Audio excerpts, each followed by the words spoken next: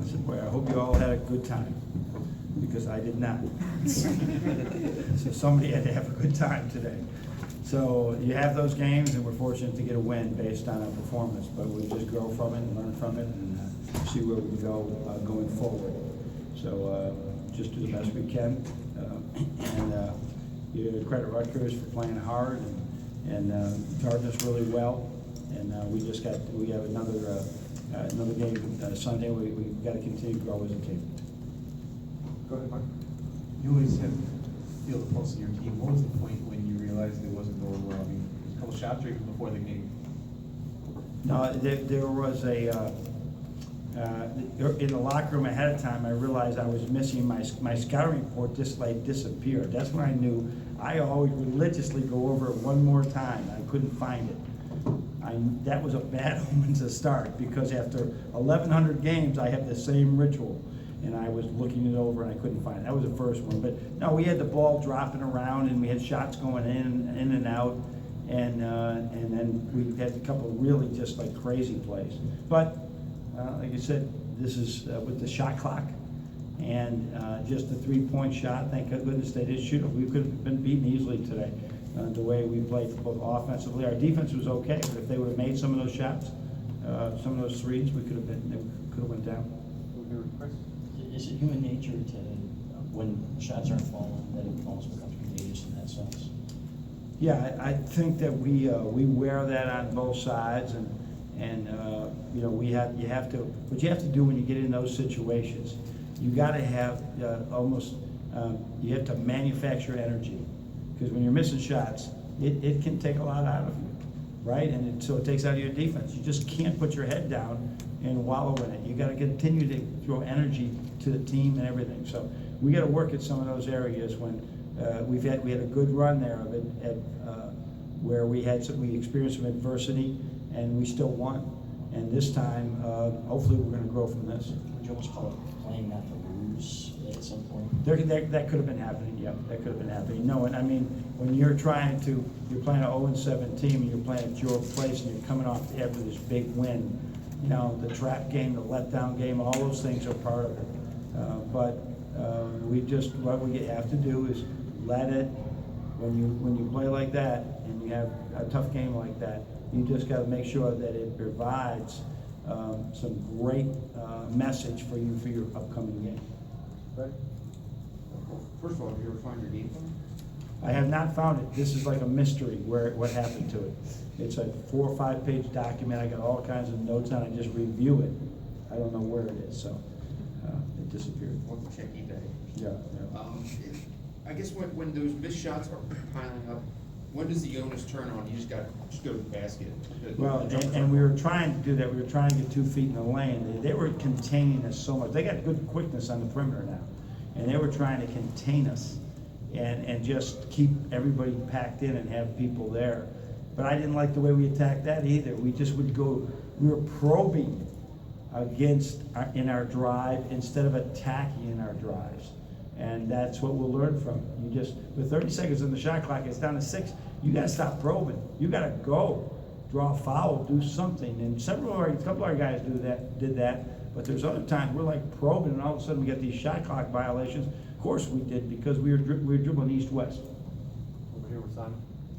Dawkins came in and kind of provided He that did. spark. Does it feel like sometimes you need someone fresh off the bench? He and Ricky both, yeah.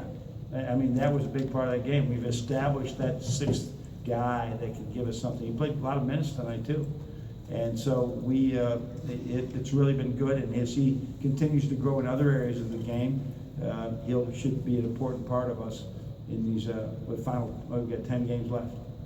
Sean? Zach had 8 assists, maybe a couple of hockey assists, and Yep. sort of had the defense kind of collapse and open things up for a lot of the game. Where is he in his evolution as a playmaker for you right now? I mean, he at times people have looked at a game and said he's a primary guy out there, but we went to Derek later a couple of times. He really makes some good things just because we felt that it would be a better option for us. But he is really doing a good job of seeing people, and it really helps when you got shooters like, to get those assist numbers up, you got to have shooters like Derek. Look at the numbers on Derek Walton and Duncan Robinson from 3. I mean, so he makes penetration, they gotta help a little bit, he's really good at finding them. And then pick and roll, you know, all Mark's finishes, all Ricky's finishes came from him. Or not all of them, but most of them. Left. He's really volleying.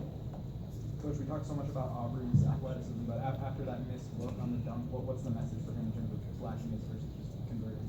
Yeah, I mean, that would have been nice to get that, but he just has to understand you gotta be good before you're great.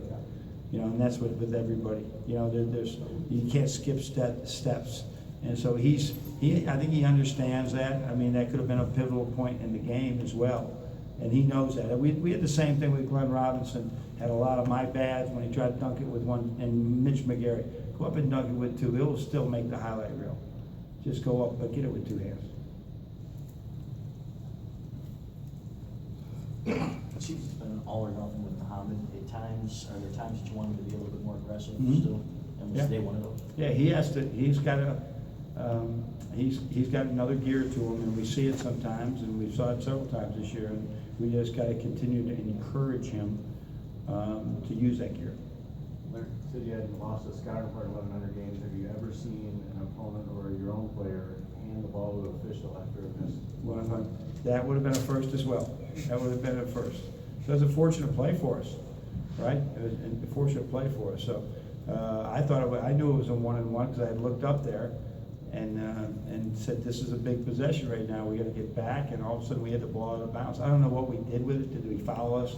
And got back up to 10, but it was an 8-point game at that point. So yeah, that was a tough break for them. Another one there? Brendan?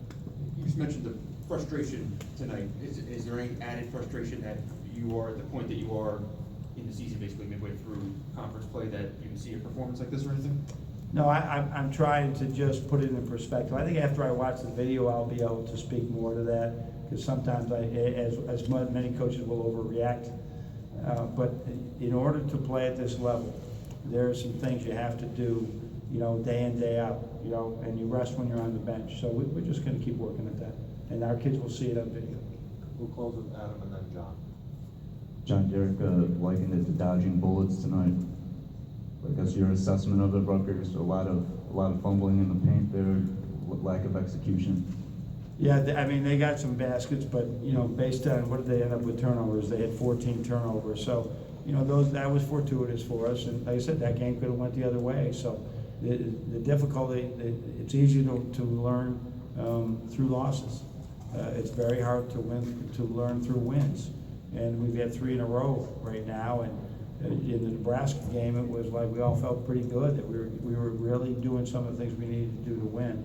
This game was probably a great one for us to grow from. John, you want to close this out?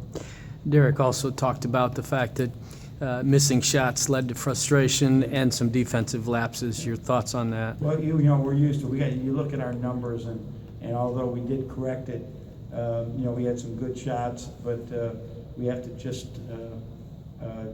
play two sides of the basketball. I mean, we just got to turn it around and play two sides of the basketball. So our kids will understand. They know that it is something that we'll address. And the one thing I know is that this team you can coach. You can really coach. They will not put their head down the next practice. They'll look. They'll say, okay, I get what you're saying now, and we'll get better from it. Thank you, Coach. All right. Thanks, everyone.